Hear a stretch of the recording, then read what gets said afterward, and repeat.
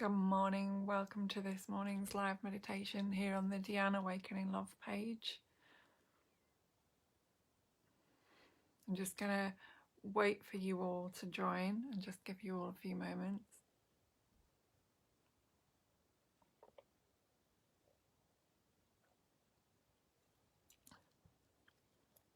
I am a few minutes late this morning.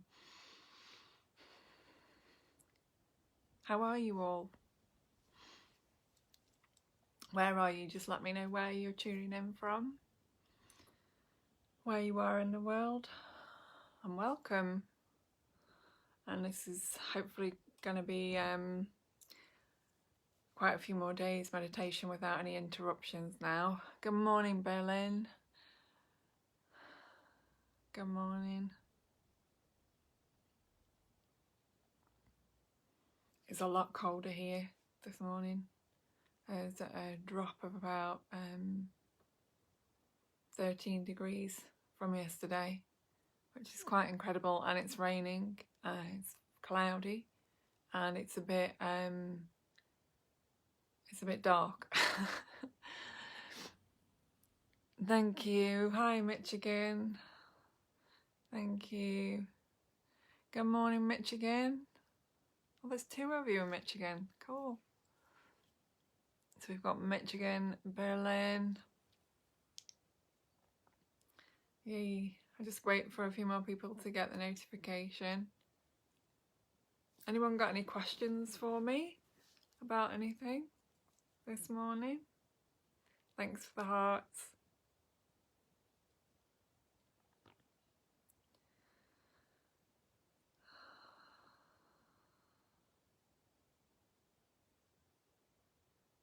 Anyone like to ask me anything about meditation, spirituality, or just share something that's going on for them at the moment?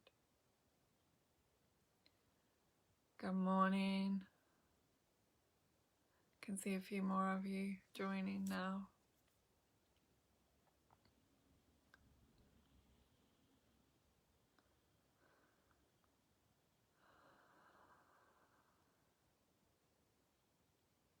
So yeah, the weather's just completely changed this morning. It's no sunbathing today. It's not gonna happen, not unless I want to get soaked.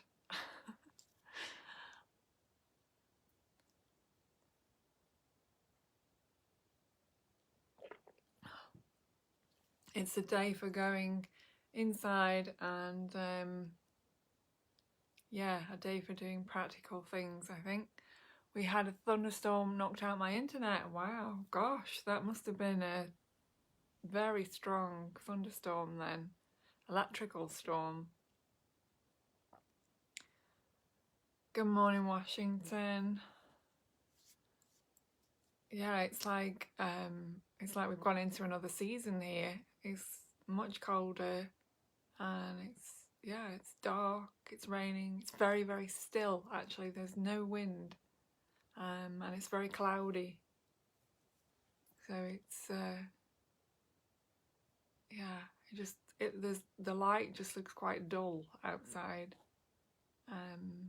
Still beautiful, of course, and I'm glad it's raining because I couldn't water the plants because of carrying the watering can. It's a bit heavy, so this is great. It's going to rain all day, so it's going to water all the plants, water the grass, fill up the reservoirs. Just what we need actually after quite a few days of very strong heat for the UK.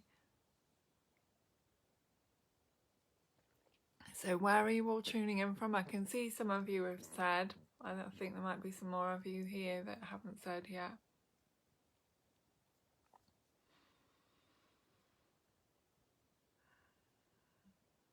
So it's nice to be back.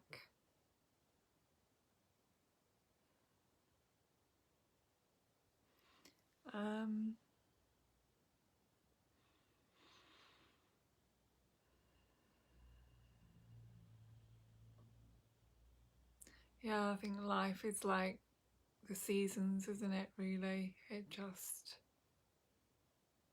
We have times when everything is still, We have times when it's stormy. We have times when the rain comes, when it's sunny and everything's brilliant and bright.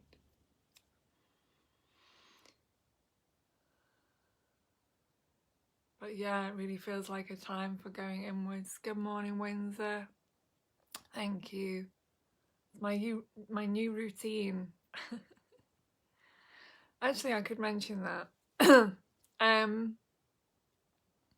Yeah, I think I have mentioned this before, but there's no harm in mentioning it again. And it's about creating a really nourishing routine for yourself in the morning. So taking care of your body, taking care of your skin. You know, because I've been in the sun for a few days, so I'm putting moisturizer on my skin every day. You know, having a nice routine for my hair and my face, and like all of you can do this, and it doesn't have to be an expensive routine, but it's just about making that space for yourself, nourishing yourself, taking care of yourself. Good morning, Bucks. Yeah, I'm recovering. I'm going to go and see the chiropractor again today, and probably going to need to go and see the chiropractor every few weeks now, just to maintain the situation with my back. Today it's settled a lot more.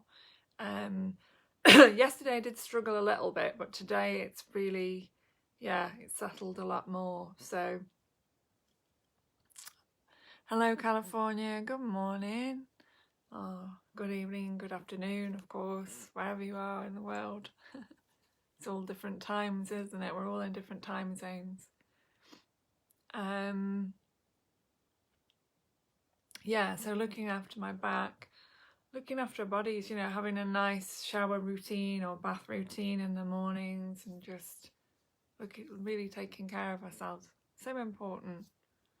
And it kind of follows on from yesterday's meditation session, actually, where I was talking about, you know, being present with ourselves, being present to life, and showing up and shining our light, you know, not waiting for anything before we shine our light, just shining it right now, right here. Ooh, he's back with his questions. Can you share some information about how to see, hear, and understand your purpose in a very clear way, and how to find your true calling without all the background noise? Great question. There's not one answer to that, because actually throughout life we may find that we have a different purpose at a different time. So for example, and the other thing is, I'm speaking from my own experience here. Everything that I have ever done in my life, job-wise, creativity-wise, even just how my life has guided me, and I think that's the key here. Finding your purpose is looking at where life is guiding you. Where have you been guided, and what patterns can you see that connect to the next thing? Because in my own experience, everything that we learn about in life, everything that we experience in life, everything that we create in life is preparation to bring us on to the next part of our life, the next part of life's gifts, experience. So by that I mean that nothing is ever wasted. So whatever you learn and experience, it's never wasted. Even if you think, why did I do that? You know, why did I do that course? I'm not using it now. Or why did I do that degree? You know, it's got no relevance to anything anymore. If you look at everything that you've done, the relationships that you've had, the experiences that you've had, there's a correlation. They're all linked. They're all showing you things about yourself, and they're all pointing you in a specific direction. Sometimes it's hard to see where that direction, you know, where that path is going, if we want to say path. But guarantee you can look at the last thing that you did, and you can look now and you can see the relevance for that again. So I'll speak from my example, because of course that's the only thing that I know is my own example and experience. Many years ago, I went to do an art course, and then when I was on the art course, because I've always been interested in art and I am an artist, I do paint and create art and always have done since I was probably about 6 or 7.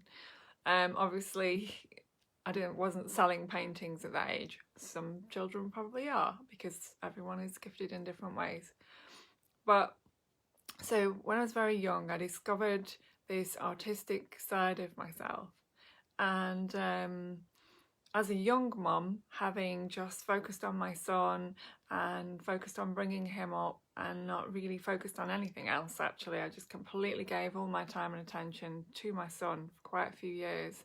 I decided to, there was an opportunity at the local college to go and do an art course. Nothing fancy, just to get me back into painting and drawing, to actually being with a group of people who were also focused in that way.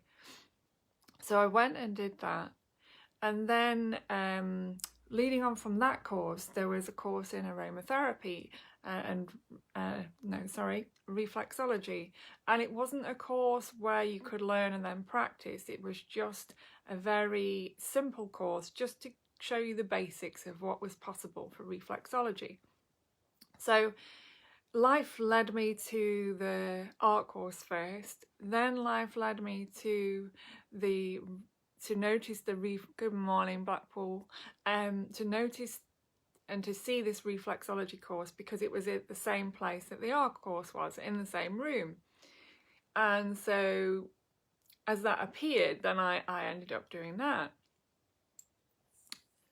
Then from that, I wanted to find out more, and when I found out because we'd get a little certificate, didn't mean that we could practice, but it just meant we'd completed the course. So I thought, okay, I'll phone up, I'll find out about the certificate.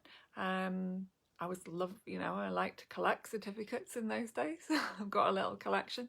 And as I phoned up and spoke to the lady who was organising the certificates for the reflexology course, she said, how would you like to come and do a foundation degree in complementary therapies? You can use what you've already learned from the reflexology, because that was a very basic course, but we will take you further into the reflexology. We'll also take you into aromatherapy, and you can learn all about complementary therapies and how to practice and how to work with people. And she made it very clear it wasn't going to be like a simple course. It wasn't just about working with people's feet or working with oils. It was actually a lot of hard work, reading books, writing, I don't know how many essays I wrote, doing case studies, so working with people and their ailments, and working with them with the aromatherapy oils and reflexology. And of course, I'd also done my Reiki at this time, so I was also a Reiki master, so I took that into the complementary therapy course, and everything that I'd already learnt about working with people. Good morning, Manchester. So as you can see already, the threads here are, I went to an art course, I ended up doing a reflexology course, which led me on to do a foundation degree in complementary therapies, reflexology, aromatherapy, Indian head massage, hand reflexology, ear reflexology. I wrote countless essays. I dived into all the complementary therapies, and most of my work was bringing the spiritual and the complementary therapy elements together, and I made that my kind of journey. So all my essays were very spiritually and complementary therapy based, which I think was an unusual approach, and that came through with my connection with the tutors, talking to the tutors about my work and things. They saw that I had a different approach to a lot of other people who were there. The other thing with that course was, at the beginning of it, there was I think there was like 30 of us. By a few weeks into the course, there was probably only about 12 of us. So many just dropped out because once they realised the workload and the actual commitment that they had to make to that course, they didn't want to do it. And there were times after the first year, as various challenges came up in my life, where I wanted to run away and not do it, not finish it. But anyway, so I finished my foundation degree. I went to my ceremony. I received my certificate for that as well. And then I started a clinical practice. Interestingly enough, at the chiropractors that I've been going to, that was where I ran my clinical practice.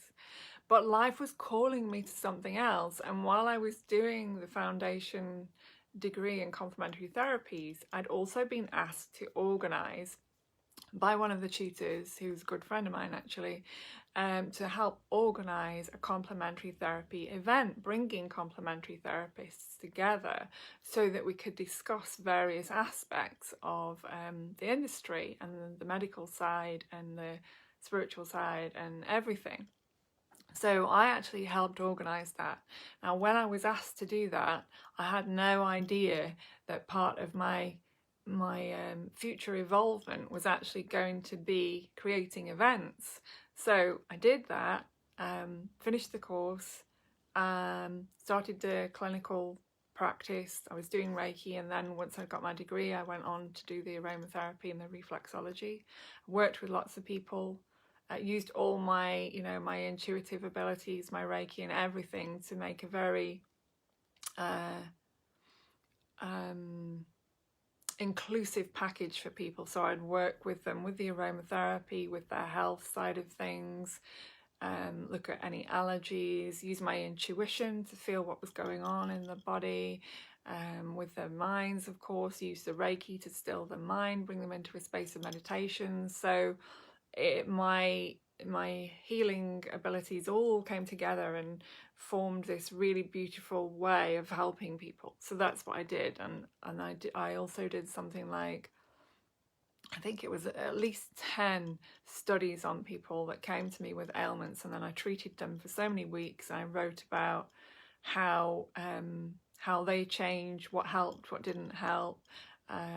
Generally, the outcome of my work was always that somebody was helped, healed, fixed, or at least was empowered with all of the things that they needed themselves to carry on and make their lives better. So it was all very successful from that perspective.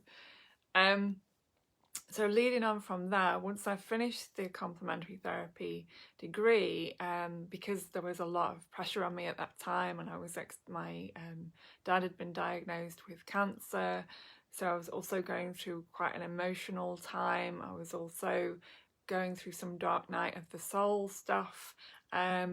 But the pressure that released off me once the complementary therapy degree had finished and I'd got my certificate, it was like the whole universe opened up to me, and I was a different person because I'd committed to doing this. I'd finished it, and and I'd grown in ways that I'd never expected. I mean, I had to stand up and do produce a slide like essay but on slides and do a talk in front of people, and I'd never done that before. But all of these things were preparing me for what came next, which was a calling to set up a group, a spiritual group. Now, I had no idea that when I finished my degree that would be what I would do. I thought I was going to go into complementary therapies and then that would be my focus. But what happened was, in 2012, just a few months after finishing my degree, I had an awakening, and I fell into a space of bliss. I was gifted the information to start a spiritual group. I know I've spoken about this before, and to just start, and that everything that I needed would come to me. I had no idea what to do. I didn't know how to start this group. And then I really realised that I'd actually done this event as a complementary therapy student and organised all these people together and got this list together, and we'd organised this event and I'd been part of that. And that was actually life showing me the way that my life was going to go, although I didn't realise it at the time. So when I had this insight to start this group, I'd already actually been given some information on how to bring people together, how to create a group. So that's what I did. I also met someone else who was interested in creating a group.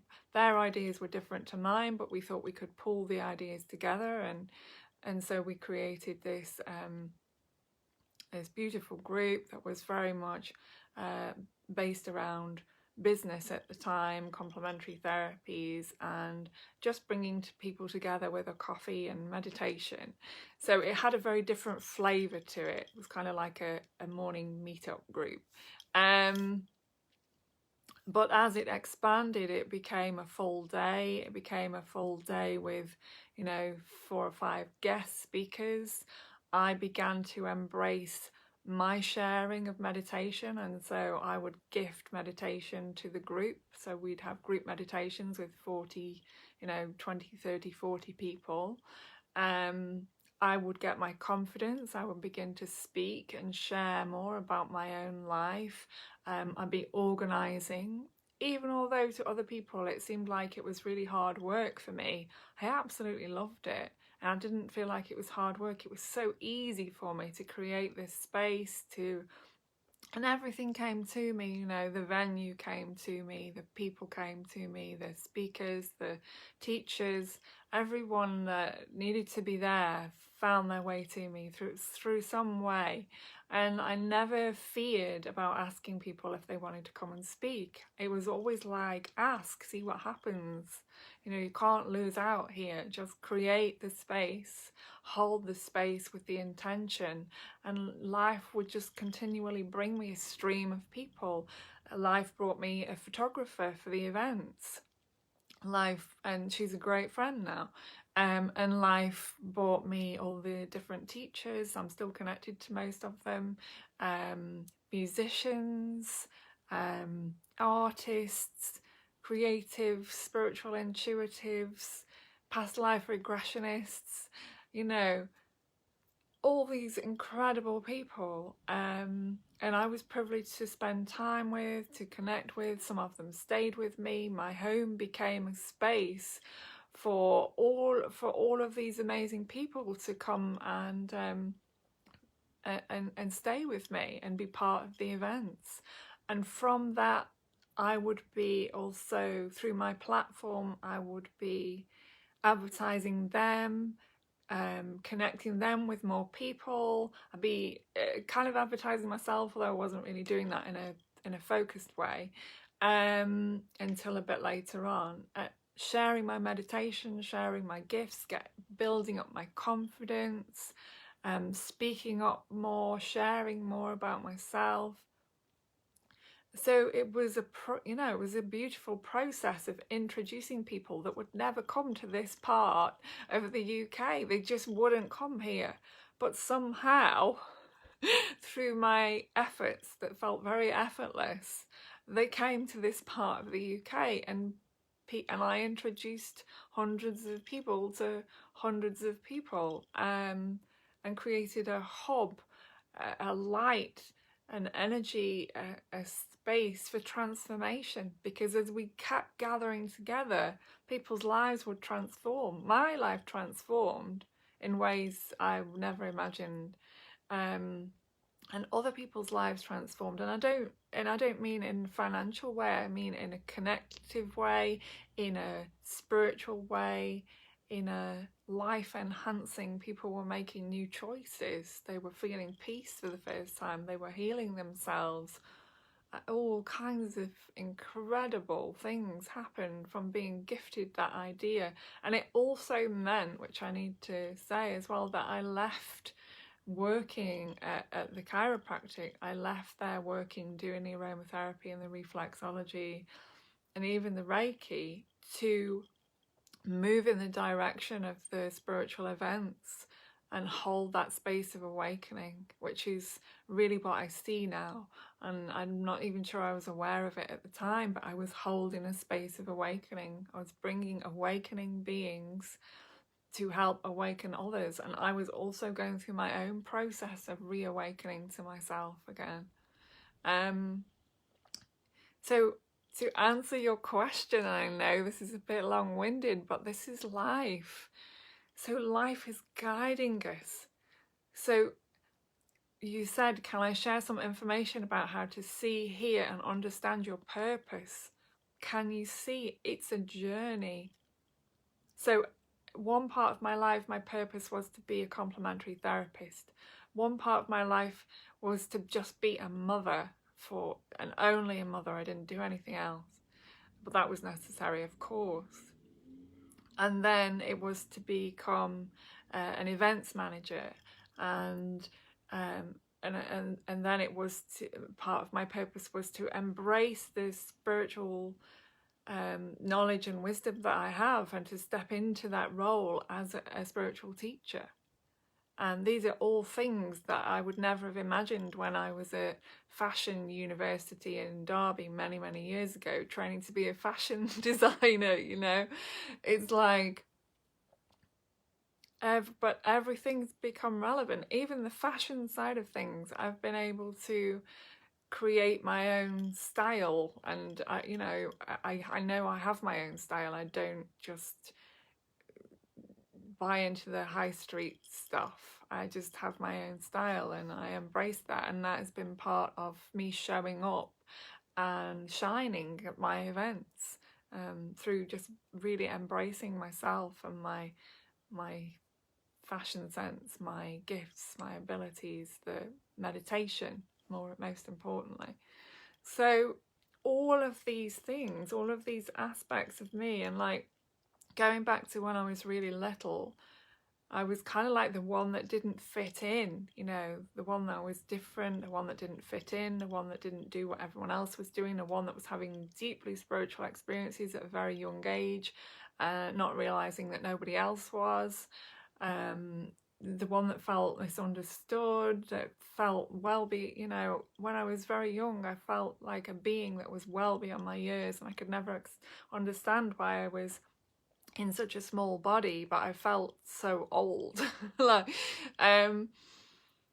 but as you know, as these things happened through my life, there was a very clear path. When I was doing a fashion degree, I had a calling that I needed to leave, and I didn't know why. And I stayed for as long as I could. I think I did 2 years in the end. I'd got another 3 years to go, something like that. And I had to follow this calling, and it was like, you need to leave. So I listened to my heart and I left. And it was through leaving that I had my son. So although people were trying to get me to stay on the course, you know, telling me that I was talented and they wanted me to stay, and they would find a way to help me continue, and this, that, and the other, which was really lovely. It was so lovely. But life was saying, no, you're going to be a mother. And I didn't even know that at the time. It was like, you're going to be a mother, you're going to meet someone, you're going to have this child. So the calling that I felt in my heart was, it's time to leave. But there was no explanation for that. So everyone was like, why are you leaving? I was like, I don't know. I just know that I have to leave at this point. And so leaving that to meet my partner at the time, to have my son, to experience another side of life, to actually put all of my spiritual stuff to one side and completely focus on being a mum, being a partner, you know, running a household. That was what happened at that time, and that was my purpose then. You see what I'm saying here? So, and then of course, with that situation falling apart, essentially, that brought me into a new place. that brought me to where I am now, and that brought me to the journey of going back to my art, to rediscovering the spiritual parts of myself, to reclaiming all the spiritual parts of myself, to then following this journey of complementary therapies, to then creating the events, to embracing all of myself and stepping into the role of a spiritual teacher, leader, being asked to do a meditation in the middle of Nottingham to hundreds of people, which totally came out of the blue. And so life was just leading me, showing me the way, not saying, here, this is how it's going to look, but just saying, hey, walk this way, move this way. So the best way to find your clear purpose is to follow your inner intuition, your inner knowing, to sit in meditation every day and to listen to your own inner guidance. You will never go wrong with your own inner guidance. So learn to listen to yourself. Learn to still your mind. If you can't still your mind, just learn to be with the breath. Learn to listen to your inner guidance. Your inner guidance will always show you the way forward. Even if it makes absolutely no sense, no logical sense to anybody else around you, which often it never does. In my own experience, it's like, why are you doing this? I have no idea. Why are you going there? I have no idea. Why are you leaving this? I don't know. I just know I have to. You know, and when the events came to a finish, to a conclusion, I kept hearing in my heart the words, it's time to leave.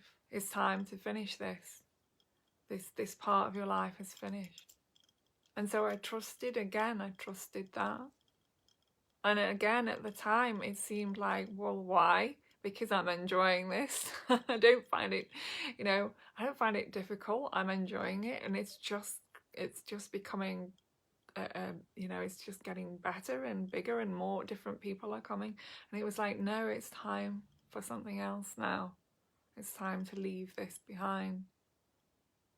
And literally the whole thing just kind of disintegrated.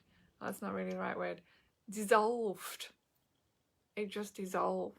So it was almost as if it never happened. I mean, we know it did, but everything dissolved. I left the venue.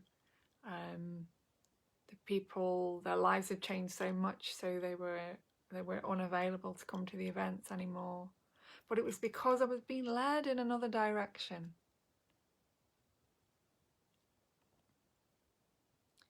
And I had, challenges along the way, as we do. But they're all learning, they're all showing us something more. And they're all guidance for what's coming.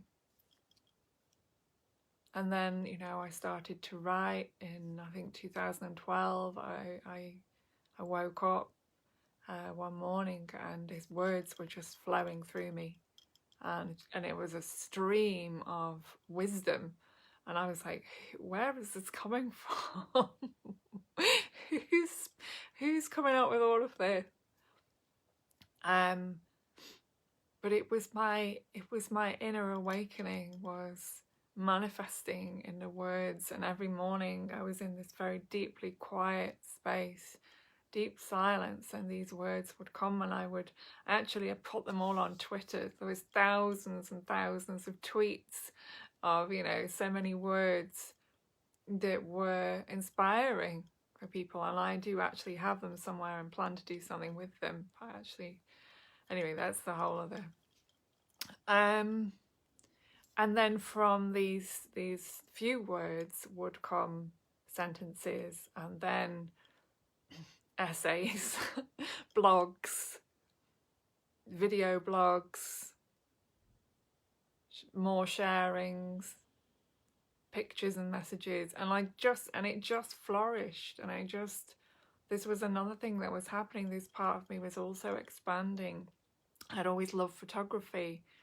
Then I began to use photography as well to express my words. So I'd put the two things together, and before I knew it, I'd created a blog on the internet, and then eventually my website was created, and and I started a YouTube channel as well. I just became fearless about sharing, about making myself available, about shining. I didn't know what it was going to look like exactly. I didn't know how it would be received. I didn't question whether I was doing the right thing or not. I just felt this move in that direction.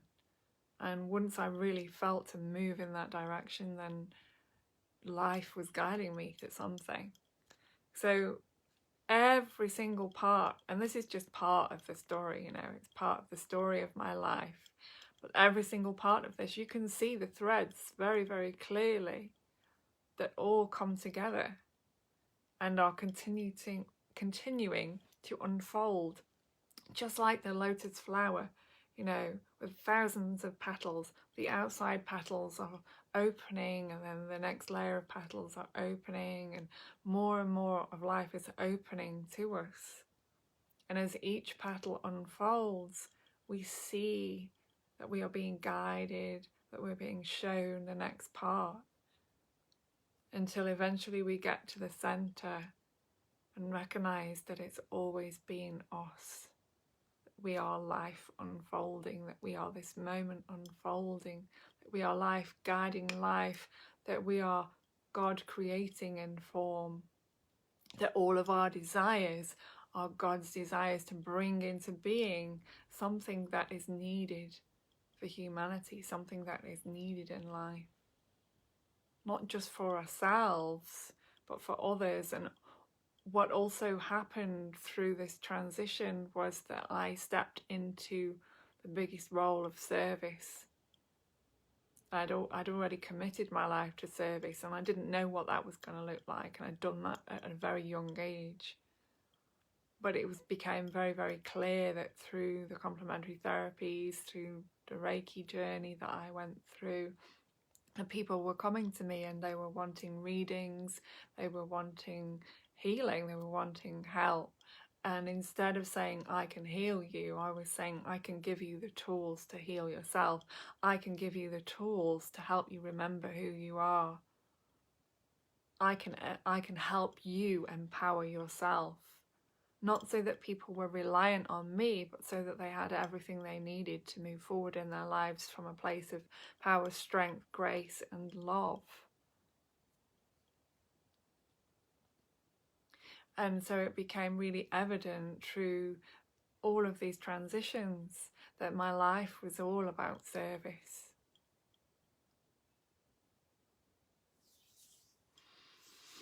Which is what happens as we awaken to the truth that we are. We recognize that we are then, in those moments, we are in service to humanity, to ourselves, for the greatest purpose of assisting awakening on the planet, assisting with the flowering of human consciousness. Because the greatest journey that we make in our life is not going to Bali, is not going to Australia, is not going to the United States, is not spending a month in India. The greatest journey that we can ever make in our life is the journey from the head to the heart. And it can sometimes be the longest journey.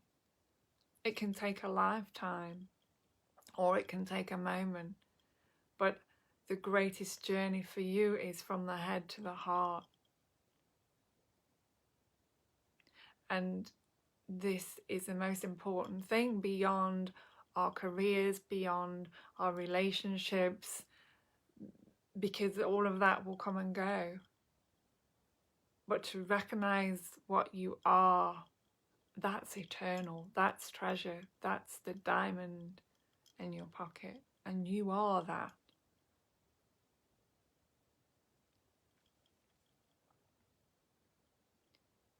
So your purpose is the flowering of you.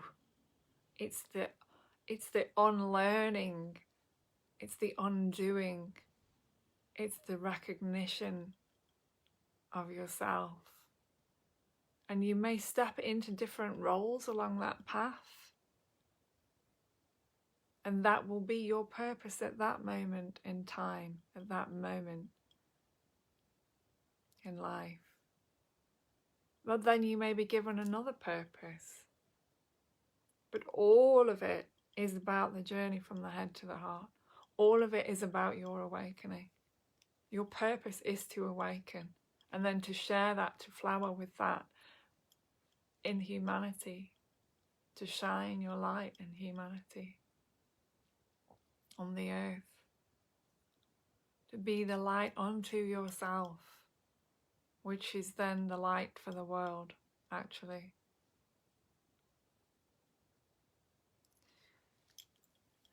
So don't listen to the noise. Listen to your heart. Connect with your heart every day. Ask your heart what you need. Ask your heart the direction to go. Be still and remember, and be still and listen. It had always been very easy for me to follow my intuition, because my intuition had always been so highly developed. So I always knew that still small voice within me. I always knew that guidance within me. I always knew what it felt like to be moved in a certain direction.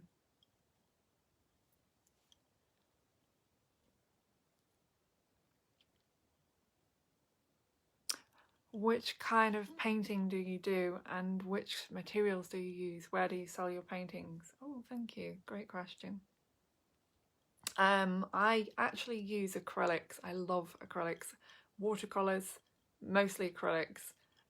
So watercolors and acrylics generally. All different sizes I paint. It's original, abstract, often got hearts in it. I put the Reiki energy into it. Those that receive them also receive the energy from the paintings. So there is a spiritual aspect. Sometimes I write words in the paintings, symbols, and they are, yeah. I only have one left at the moment. What happened a few years ago was all of a sudden my paintings just started to sell. I'd been wanting to sell them for ages. I was like, well, how am I going to do this? And it wasn't even a question as how, it was just I just needed to wait for the right person to find the right one that they wanted. And then that's what started to happen. People would come to my home and they would be like, I really like that. I'd be like, well, okay, well, actually it's for sale. And I wasn't charging astronomical amounts, actually, considering how long I was painting for, and they're all originals, and my sisters have got some of my paintings. Some of my friends bought paintings. Yeah, they've gone to different places. But my sister once said to me, you've really got your own style. Like she could tell what is mine and what wouldn't be mine. My style anyway. But what I do is I paint something and I just kind of let it go. So it creates this, it's its own unique creation, and I don't even sign them. I just and someone said to me, why don't you sign them? And I'm like, well, why sign them? Like, it's kind of obvious. It's if you lined all of my paintings up together, everything that I've done over the years, it'd be really obvious that it was my style. So I don't worry about things like that. I just create and I let it go, and it goes to wherever it needs to go to, and whoever it needs to go to. Well, I probably will once my back's. That was the other thing, because my back is. Not that I want to really get into that, but yeah. So painting's been a bit more tricky. So I've not done any for a little while. Oh, good morning, you lovely lot. I can see quite a few of you here. Oh, thank you. Beautiful. How is your role of service contributing to Black Lives Matter, a very current need? Ooh, that's a question.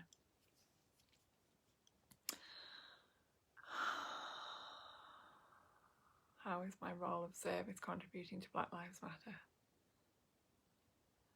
Well, my partner was half Jamaican. My son is a quarter Jamaican. I have many friends who are from all over the world. I have always been around multicultural places. I went to an international school at one point in my life. So I actually don't see colour. And you might think that that's, well, you might, whatever you think really. But I don't. I see souls. I see people. I see souls. I see beings. I see that we are all unique and beautiful, and that we are all here together to awaken, to help each other rise up. I don't see separation. I know many people do see separation. Many people look at, you know, the country that they live in and they feel that that's a separation. They look at their skin colour and they see that that's a separation. They look at, I don't know, anything and everything and see separation, and I don't see that. And so my contribution was being a partner, helping, you know, I have indirectly experienced racism in lots of ways. So, and it is something that I've never been able to understand, because from my own point of consciousness, my own awareness, it is not something that is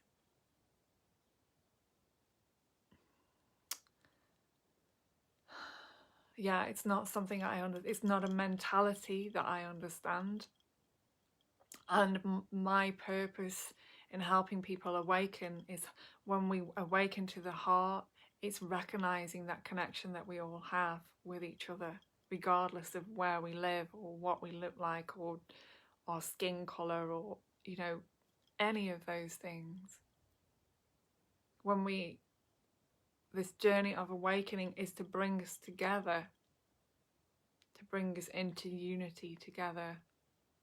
And that's what I see, and that's what I believe. When people awaken to the truth of who they are, they recognize their connection with everyone.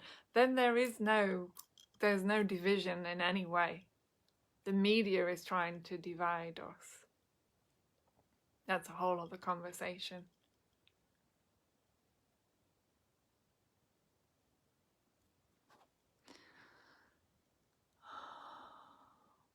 So that's my answer to that. I don't know really what else to say about that.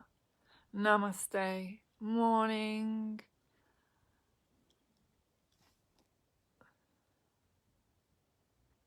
I'm trying to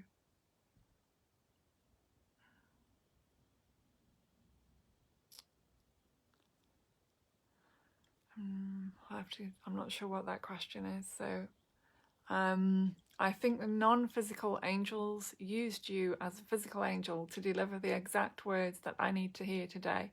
This was a great answer and I needed to hear it now. It feels as if your long, detailed answer was actually one of those things that you actually mentioned in your recent words. It is one of the random events that are happening, kind of especially for you, and designed only for you to listen to at this point in time. Yes, my ex was black, the colour not important to me, the heart and spirit, yes, exactly.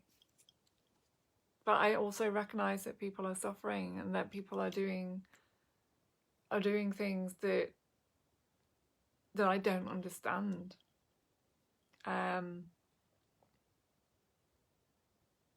Because I don't see separation. I see one planet, one heart, one love. And maybe that's naive, but that's my vision. That's my vision for the world, is for everyone to be together in peace and harmony. And I think we all want that. But if we continue to perpetuate the division and the hate, and then it's going to continue. So it starts with every single one of us. The change starts with every single one of us, and it starts in our hearts and in our minds. Because if we can recognize that what we do to another, we do to ourselves, then it stops. Then it stops. More and more people are waking up to this. More and more people are recognizing there's no separation. I know many people who are aware of this. I also know many people who have experienced racism, including myself indirectly and directly at times.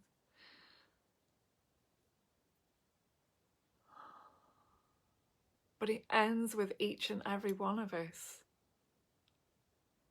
That's why we have to wake up to our unity, to our connection, to what is beneath the appearance, to what is beneath the illusion. Yes, we are all God's children, brothers and sisters. We are, exactly.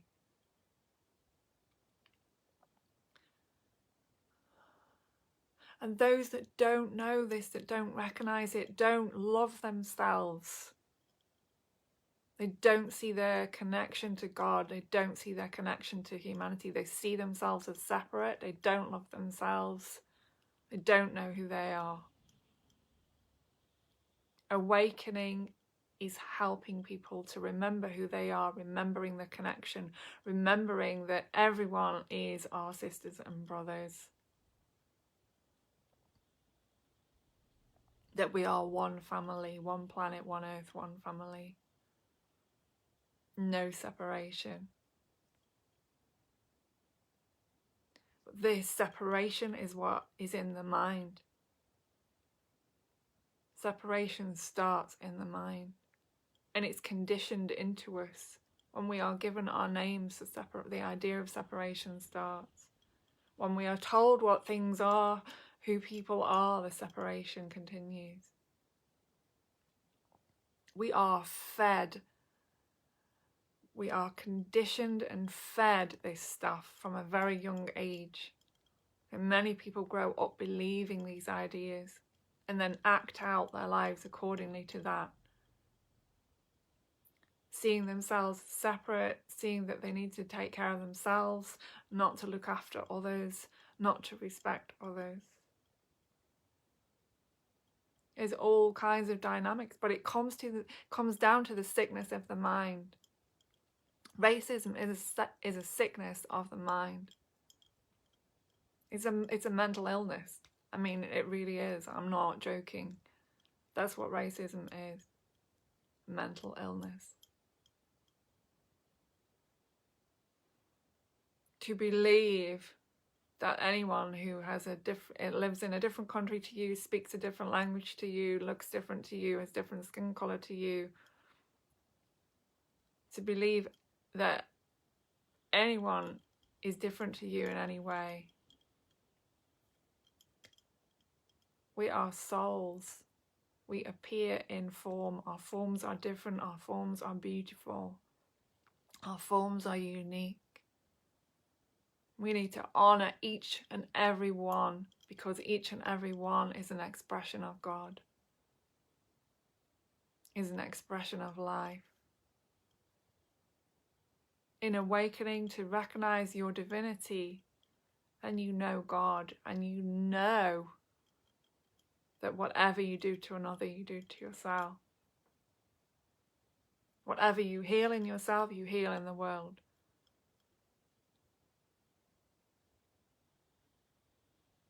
Whatever you hate in the world, you hate in yourself. And guarantee if we all had our DNA tested, we would all be ancestors of everyone else that's here, you know? I mean, it's crazy. This is why I don't understand. It's not in my mentality. It's not the way I think. It's not the way I see the world.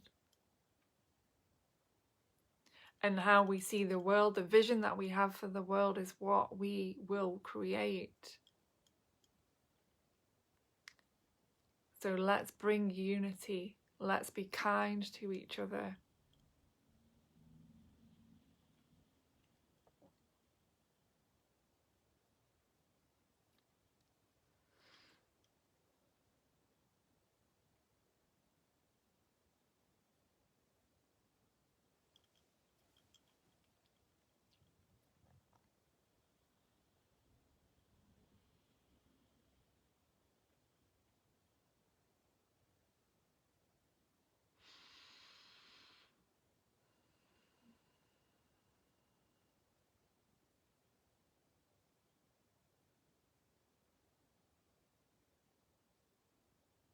When others hurt others, it makes me sad. I feel sad when I see people fighting, when I see war, when I see people hurting others. And these people who are hurting others are hurt. They are hurting. They are feeling separate. They don't know who they are.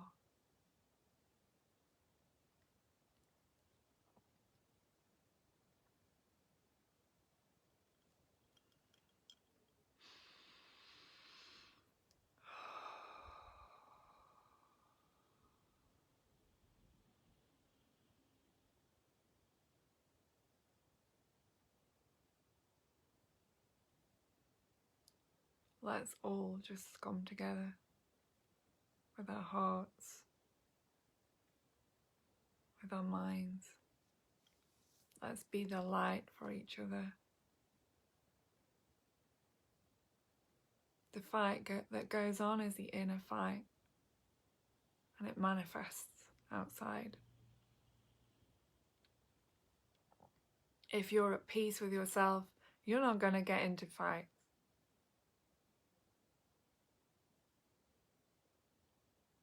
You're not going to call somebody something. You're not going to shout hate.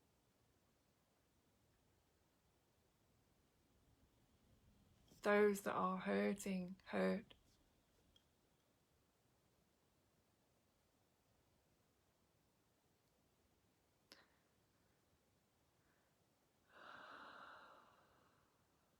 Stand up for love.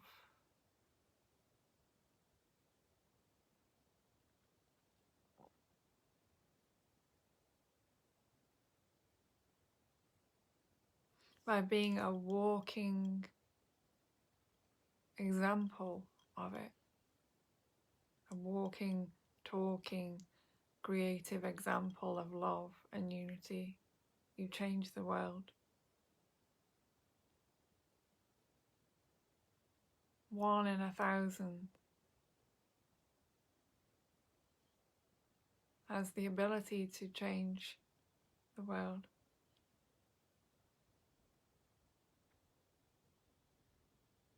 It is changing.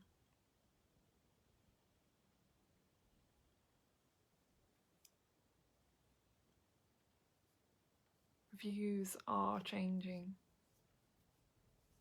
But there's a fight.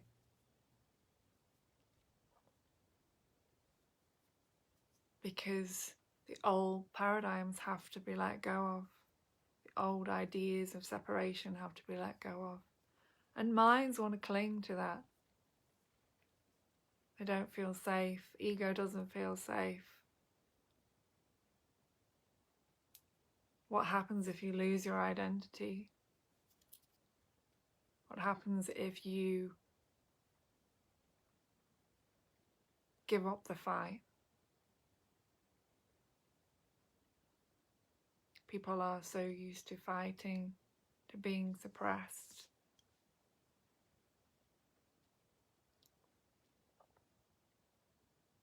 it ends with each and every one of us. So wherever you are, whenever you see this, whenever you hear this, remember, by each and every one of us, that means you. Your actions, your words, your voice.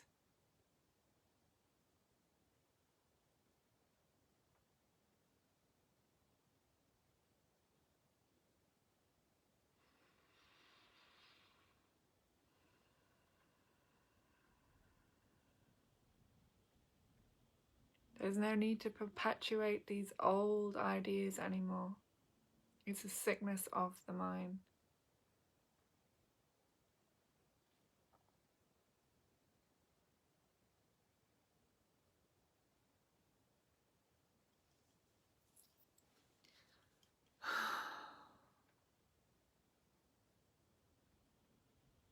Let's just take some silence now. So make sure that you're comfortable, that your back's straight.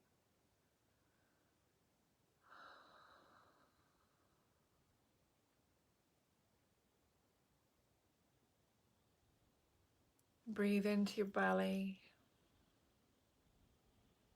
Put your hand on your heart. Close your eyes. Feel your breath. Feel your connection with life, to everyone and everything, everywhere. Feel it now. Feel the love that you are, the silence that you are. Your power is your presence. Your power is your silence.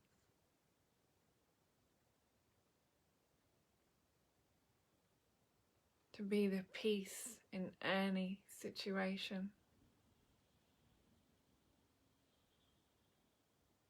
is to dissolve the war, to dissolve the fight.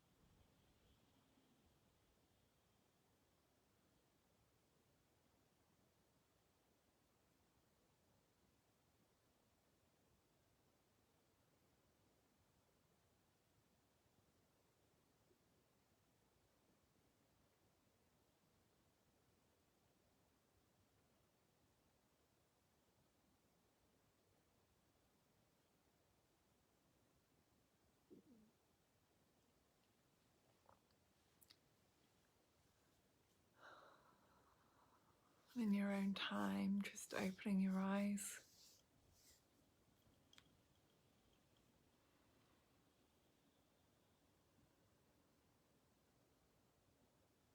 Thank you for joining me this morning's meditation and